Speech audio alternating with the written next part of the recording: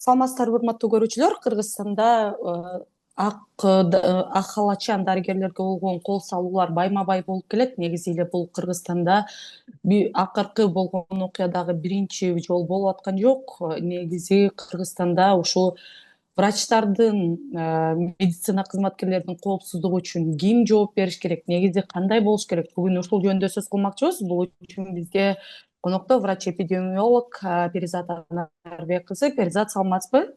Саламатсызбы? Алгач эле ошол акыркы социалдык тармактарда талкууланып жаткан окуя жөнүндө сөз кыла турган болсок, окуянын чоо жайы кандай болгон? Себеби дегенде биз азыр көрүп атсак, эки тарап тең ар кандай маалыматтарды таратып атат. Ошол жөнүндө айтып берсеңиз кененирээк. Ал маалымат боюнча айта кетadigan болсок, 9-июль күнү биз улуттук госпиталга, өзүңүздөр билсеңиздер керек, ошол жака лор отделениясына бейтап кайрылган. Алардын лор отделениясы экинчи этажда экен, смотровая, биринчи этажында болсо, бул жөн эле кабыл алуу жери. Бул даже приемный блок эмес да, түзмө-түз эле өздөрү эле лор отделенияга барышкан. Анан биринчи этаждан өзүлөрү үстүндө дарыгерлер болсо, сөзсүз түрдө алар астында эмне болуп жатканын билишпейт. Анан жабыр тарткан ординатордун айтуусу боюнча, ал учурда смотроваяда башка бейтаптарды карап, башка бейтаптарга жардам берип жаткан учур болчу. Анан аны чакырып калышкан экен, астында дагы кишилер бар экен, ага жардам бериш керек деп. Анан улуу адис, ал жактагы дарыгер жардам берип, тампонада кылып, эмесин, канын токтотуп, үстүнкү этажга көтөргөн экен да. Үстүнкү этажга көтөрүлгөндөн кийин, үстүнкү этаждан кийин эметип токтотушуп, капельница алышып, 20 мүнөт отуруп, капельница алып, өзүнө келип да бейтап, анан палатага которууга деген айтылган экен, палатага которсун деп. Анан жабыр тарткан жигит, ошол Бобек каталкага отургузуп, кресло каталкага отургузуп, палатага алып бараткан жеринден буга чейин кан жоготкон экен. Буга чейин толтура башка ооруканаларга кайрылган экен. Демек, уже мындай өзүнүн акыбалы бир аз слабость болду да, естественно. Анан ошол учурда бир аз мындай башы айланып, кулайын деп калганда, Бобек кармап калган экен. И жанында ошону билип, анткени кан жоготкондон адамдын кулап калышы мүмкүн деп, өзүнүн жанында медсестрасын дайыма чакырып алыптыр да. Анан медайымга айтыптыр: "Сен барып башкаларды чакырып кел, мен кармап турайын" деп айткан экен. Ошол учурда кармап турганда силер бир нерсе кылбайсыңарбы, эмне үчүн эчтеке кылбай атасыңар деп аябай жиңи келген учуру болуп кайталган экен да. Анткени буга чейин ал келгенде, ары бери өтүп иштеп жатканда смотроваядан туугандары өздөрү эле мындай дүүлүгүшүп, аябай кандай агрессивдүү турушкан дейт да. Анан ары туруп койгулачы, силер бизге тоскоолдук кылып жатасыңар деген айтуусу балким ошо жаттап калган мени, ошон үчүн мени жаман көрүп калганбы, же мени атайын азыр ушу каны кайра канап кеткени үчүн жаман болуп башы мындай башыны сознаниясын, эс үчүн жоготкондугу үчүн мени күнөөлөп аткандай сезилди деп айтты да ошо Бобекчи. Анан ошол жактан сен кылдың, ары тур, башка дарыгерлер келип жардам берип атканда сен кылдың деп аны аялдар уште турган калаасынан кармашып, эмесин, формасын жыртып салышкан экен. Жырткандан кийин атасы кайра ошол жака кийлигишип, анан башы менен ооз жагын уруптур. Азырда ошол ооз жагынан сүрөт, видеолордон көрсөңүздөр керек, эмеси бар, жаракаты, отечность бар экенин байкасак болот да. Ошол себептен башы мындай кыйналып, чайкалып калган ошол жактан, өзү жаман сезген экен. Анан бирок анын өзүнүн оюнда эч кандай барып арыз жазуу же мындай даттануу болгон эмес, анткени анын дежурствосу болгон саат 12:30 күндүз чамасы иштеп жаткан учуру. Аны ойлоп эле башка дагы бейтаптарга жардам берип жаткан учурунда бир жарым сааттан кийин эмелер, кызматкерлер келишип, милиция кызматкерлери келишип келиптир. Анан ал Бобек ойлоптур: бул балким мага келиштиби, менден арыз алыш үчүн келдиби деп ойлоптур. Анан арыз түштү деп айтылыптыр агачы. Анан кимге арыз түшсө, сизге арыз түштү. Сиз деген туура эмес сүйлөп, бирөөнү сөктү деген бизге маалымат түштү. Ошон үчүн биз келдик деп алып кеткен экен. Ортосунда аны 4-горбольницага, наркологияга алып барып, аны текшеришип, укмуш болуптур. Анан өзүн жаман сезген экен Бобек. Ошол учурда скорыйды чакырып, ошо спецраспределительге алып баргандан кийин скорый чакырылып алып кетишиптир. Анткени сотрясение алды да буга чейинчи. Алып кеткенден кийин нейротравматология бөлүмүнө жаткырылган экен. Эртең менен эме болуп атканда, эмне болот да, обходчу пациенттер. Мгм. Ошол обходдон таппай калыштыр да, кайра объектти көрсө ошол кайра милиция кызматкерлери келишип аны түн жарымдабы же ушул убактысын тактаган жокмун, ал боюнча маалыматым жок. Мгм. Алып кетишкен экен. То есть муну иштеп, биринчиден иштеп жаткан учурунда алып келип жатышат. Буга чейин дежурствосу болуп аткан учурунда, иш учурунда башка балким бейтаптарга керек болгон учурунда, анткени ал жакта эки гана врачлар бар болчу да, лор-отделение толугу менен иштеп аткандачы. Ал жактан алып кетип атат. Биринчисинде болсо дарыланып жаткан жеринен, башы чайкалып, нейротравматологияга жаткан жеринен чыгарып кетип аны, анан ошол участковый бир күндө териштирүүнүн баарын кылып, жанагы свидетельдерден сурак алганга жетишип калыптыр да. Бирок ал жактагы свидетельдин баардыгы, күбө адамдардын баардыгы ал жакта турбаган, такыр эле башка адамдар суралды деп айтып жатышат да. Ошол жактагы дарыгерлер өздөрү айтып жатышат. Алар көргөн да эмес дейт да. Мындай бир тараптуу баардыгын суралган экен. Анан сот башталыптыр ошол жерден. Сот башталып эле ал жактан ошол жанагы Сезим Азизбекова деген айым, ошо бейтаптын жабыр тарткан бейтаптын эжеси болуп калат экен да. Ошо мени Мгм. сөгүштү, мени урушту, анан мени колго чапты, анан мени ушундай кылды деп үстүнө ашыжа сөздүн баардыгын айтып, ошол жактан анан ушул туура эмес эметкени үчүн бообекке ошол жактан 3 күнгө абакка чечим чыгарыптыр, сот чечими чыгарылыптыр. Анан ал жагы 2 саат отуруптур спецприемникте, ошол изолятордо отурганда өзүн жаман сезип, кайра скорый менен алып кетишкен экен нейротравматология. Азыркы учурда ал дагы өзүнүн дарылануусун алып жатат. Ошондо бүгүн 7-күн болду окшойт. 7 же 8 күн болуп калды. Канча күн жатары дагы мага белгисиз. Бирок ошол мээси чайкалган боюнча жатат ошол диагноз менен. Мындан аркы биз жакынкы аралыкта сураганда эмне болот сиздер деген, бул жактан чыккандан кийин дагы алып кетеби десек, ооба дейт, соттун чечими чыккан дейт. Соттун чечими чыккан. Негизи сот чечими чыккандан кийин 10 күндөн кийин ишке кириш керек болчу да. 10 күндөн кийин алып барып Мгм. спецприемникке алып бармак. Аны 10 күндүн ичинде анткени апелляцияга берип, обжалование кылса болмок да. Бирок анын баары дагы эч бир адамдын укуктарынын баардыгы бузулуп болуп жаткан учурду байкасак болот. Мгм. Андан кийин ошол окуядан улам сиздер өзүңүздөр жалпы петиция түзүптүрсүздөр, жалпы Кыргызстандагы медицина кызматкерлери. Ошол боюнча да айтып берсеңиз, муну түзүүнүн эмне себеби болду? Негизи эле акыркы убактарда ошол медициналык кызматкерлердин өздөрүнүн коопсуздугу, өздөрүнүн ден соолугу канчалык мындай коопсуз деп айтсак болот? Кечирим сурайм. Негизинен мага телефон чалып калышты да. Мгм. Мгм. Ошол айтуусу боюнча Айта бериңиз. Петицияны мен түзгөн жокмун. Ал жакта башка активдүү биздин медиктердин ичинен түзгөн чыгар. Канкей деген кыз, Жолдубаева деген кыз петицияны баштаптыр.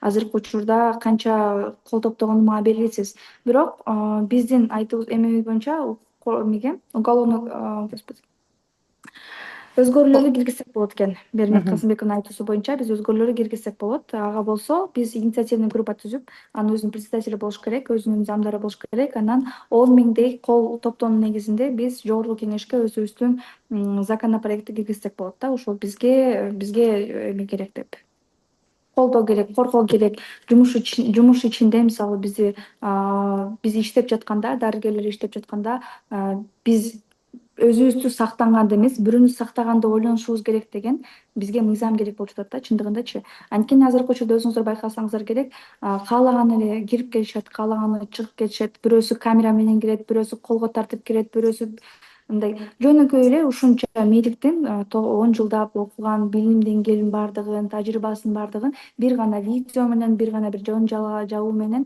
баардыгын бузуп салса болот да. Андыктан мисалы дарыгер ал жака иштегени бара жатканда сөзсүз түрдө мен корголгонмун, менин укуктарым корголгон, мен иштегени бара жатамын, мен ал жакта иштеймин, адамга жардам беремин деген гана ой болуш керек да. Мен бүгүн барсам башка бир пациент бейтап келип мени өлтүрүп салышы мүмкүнбү, мага канчалык деңгээлде ушул коопсуз же коопсуз эмес деген ойлордун баардыгы болбош керек да. Ушул нерсе болуп атат. Анан экинчиден мисалы ординаторлор жөнүндө сөз болуп калды. Азыркы учурда өзүңүздөр билесиздер, ординаторлор мисалы Бишкек шаарында алар акча алышпайт. Алар бир дагы айлык алышпайт. эме региондорго баргандардын алардын айлык майнасы бар, 20 000 стипендия бар, ошол президенттин указы менен жакынкы аралыкта чыккан. Буга чейин да анын гос программалары бардыр. Бирок шаардын ичиндеги координаторлорго бир дагы сом акча төлөнбөйт. Демек алар контракт төлөп атышат, демек алар бекер иштеп жатышат. Ушулардын баардыгы альтруизм менен элге жардам берели, бир нерсе үйрөнүп алалы, ординатураны өтүп алалы деген максаттын аркасында тескерисинче алар үйрөнгөндүн ордугунда уур тепкинин астында калып жатканы бизди мындай жакпай жаткан учуру ошол болуп атат да бизгечи. Биздин укуктун баардыгы тебеленип. Мгм. Анан жалпы эле ошол сиз өзүңүз да айта кеттиңиз, жанагы ар кандай блогерлер дагы керек болсо операция бөлмөсүнө чейин кирип барган учурлар болот. Негизи мисалы анан ошол жерде дагы эки мисалы врачтардын ишин түшүнбөгөн кишилер тараптан дагы ар кандай пикирлер болот экен да, мындай эки тараптуу болуп, бирөөсү деген эми коркпосо көрсөтсүн да, анан эмнесин жашырып атышат, алар өздөрү ошо бирдемесин жашырып эме кылып атат деген мындай дагы пикирлер болот экен да. Ушундай нерселер өзү жанагы кабыл алуу бөлмөсүнө эмес, жалпы эле башка оорулар жаткан жактарга кирип кетүү, операция бөлмөсүнө кирип кетүү, булар канчалык кооптуу оорулуулар үчүн, адамдар үчүн? Негизи караңыз, бизде булар дарыгерлердин негизи больницалар бар, ооруканалар бар. Ооруканалардын өздөрүнүн режимдери, өзлөрүнүн ичинде эрежелери болот да. Ал эрежелер жөнүнө чыккан жок. Мисалы ошол кабыл алуу бөлүмүнөн биринчи келет. Ар кандай пациенттер келиши мүмкүн да. Бирөө туберкулез менен ооруйт, бирөө ВИЧ менен ооруйт, бирөө ар кандай бир оору менен келет. Ошол жерде кабыл алуу бөлүмүндө атайын дарыгерлер отурушат, өзү мындай сактоочу нерсе менен отуруп келет да. Маскасы менен, очкиси менен, перчатки менен кабыл алышып, жазышып, маалыматтын баардыгын, бирөөнүн ВИЧ статусу бар, бирөөнүн туберкулезу бар, бирөө балким алыстан келди, бирөө мындай келди. Анын кабыл алуу бөлүмүнө келгенде сиз үйүңө барыңыз, же сизге кереги жок экен жаткыруу, сизди лоорго барыңыз, сиз бул жака барыңыз деп ошол жактан бөлүштүрүү болот да негизичи. Анан ошол жактан анан дарыгерлердин бөлүштүрүүсү менен ушинтип система иштеши керек. Бирок элдердин азыркы учурда ошол жакты өтүп кетип, алуу бөлүмүнө өтүп кетип, түзмө-түз өздөрү билип туруп эле ар кайсы бөлүмгө кирип жатканы бул туура эмес нерсе. Себеби дегенде эрежелер менен мисалы реанимацияга кирип барышы мүмкүн. Реанимацияда билесиздер, ар кандай адамдар өздөрү араң жашоого, жашоого күрөшүп жаткан адамдар, аларга ар кандай микроорганизмдер дагы зыян келтириши мүмкүн. Сырттан келген адам, биз баарыбыз билишибиз керек, сырттан келген адам бул кооптуу адам. Кооптуу, инфекциялык жактан кооптуу, ар кандай тармактардан кооптуу болушу мүмкүн. Демек, биринчи больница бул коопсуз жерди жаратуу болуп жаралган нерсе болуш керек да, мындай коопсуз жер болуш керек. Ал жерде инфекциядан алыс болушубуз керек. Биринчиден дарыгерлерди сактай турганга жана ошол жакта ооруканада жаткан башка бейтаптардын тынчсыздыгын сактоо максатында, алардын оорулардан сактоо максатында ушул эрежелер түзүлгөн да. Бирок элдердин азыркы учурда ошону түшүнбөй туруп эле телефон менен кирип келишет, мени албай атат, мени кабыл албай атышат, мына деп реанимацияга түзүп барып атышат же роддомдун ичине чейин кирип барып атышат. Булар деген бул адамдын мындай медицинаны менимче сыйлабай калгандыгында, экинчиден аларга жөн эле оюнчук болуп калды, каалаганча киришет, каалаганча мындай бут тебеленип абалда калганыбыз нерсе да. Бул ушу азыркы учурда биздин тилекке каршы кыргыз медицинасы, кыргыз дарыгерлеринин абалы ушул абал жетти. Анан дагы бир нерсе, бул жанагы тез жардам кызматкерлерине болгон мамиле дагы байма-бай чыгып турат. Ушундай жаңылыктар жанагы чакырууга барганда сабалган же болбосо кайсы бир биз албетте көрөбүз, жолдо деген такыр эле аларга жол бошотуп бергендер аз болот негизи эле. Ошол боюнча да айта кетсеңиз, негизи эгер кызмат үстүндөгү медицина кызматкерлерине кандайдыр бир кол салуу, күч колдонуу боло турган болсо, кандай мыйзамдык чаралар бар да көрүлө турган? Тилекке каршы мыйзам тарабынан эч кандай чара көрүлбөйт. Буну биз билебиз баарыбыз эле.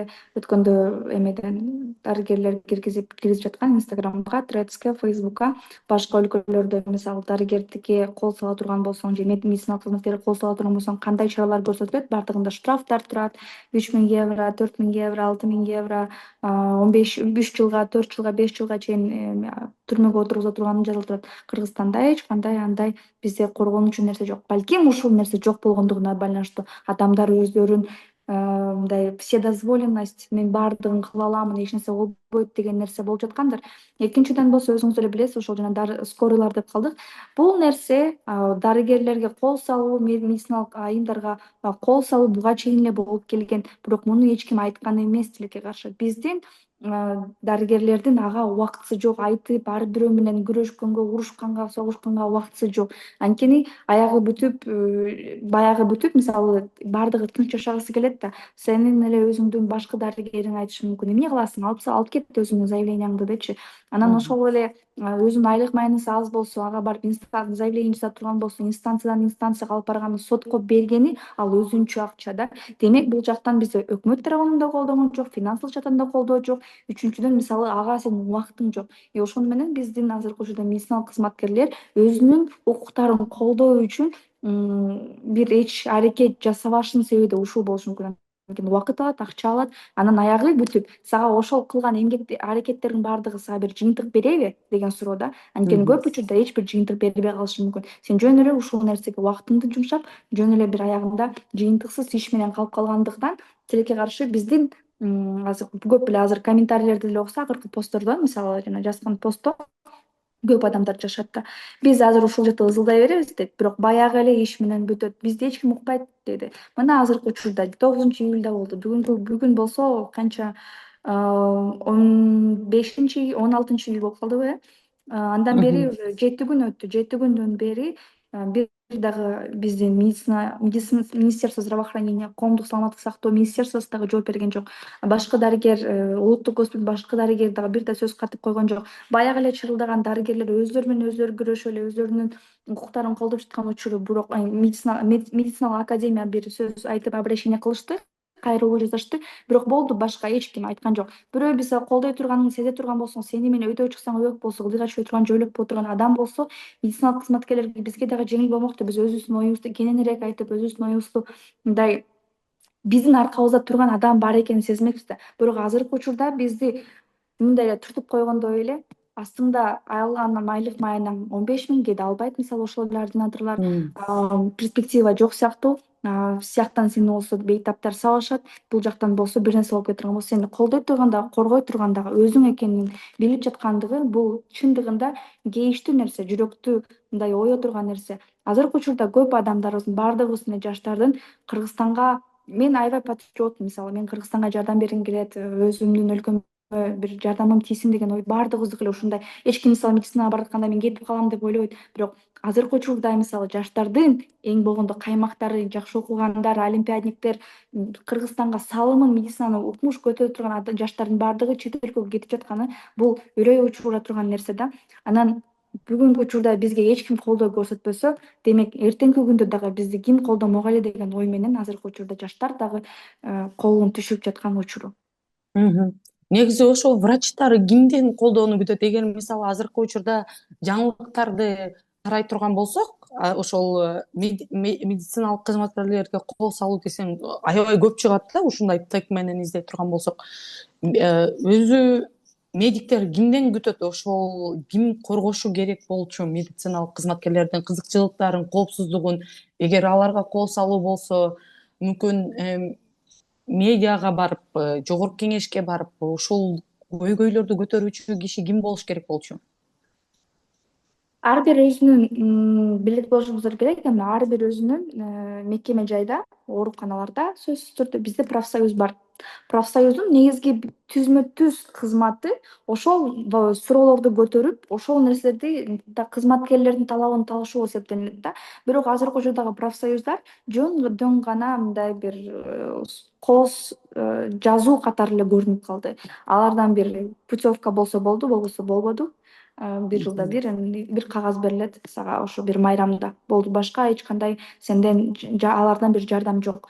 Экинчиден болсо, алар болбосо биздин айлыктарыбыздан, мисалы, атайын бөлүм проценттер алынат ошо профсоюздун иштеринечи. Бирок билесиздер, азыркы учурда профсоюз иштей турган акыбал жок.